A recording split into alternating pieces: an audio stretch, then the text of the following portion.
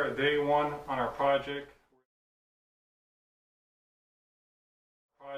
We're going to be doing 2 bathroom remodels on this project. As you can tell, here's the driveway. We got a dumpster outside.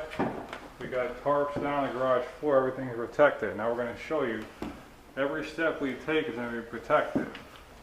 Walk into the house. We got protection on the floor. Everything is taped down the whole way.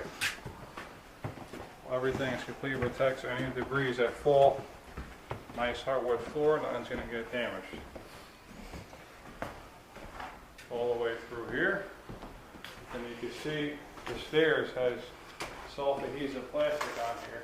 This thing will stay down for the duration of the project, so any type of water or anything like that won't affect the carpet. Come on. Everything is protected, every step. Even the tread here, it's all taped off. Nothing's going to get damaged. We got brand board down the whole way here.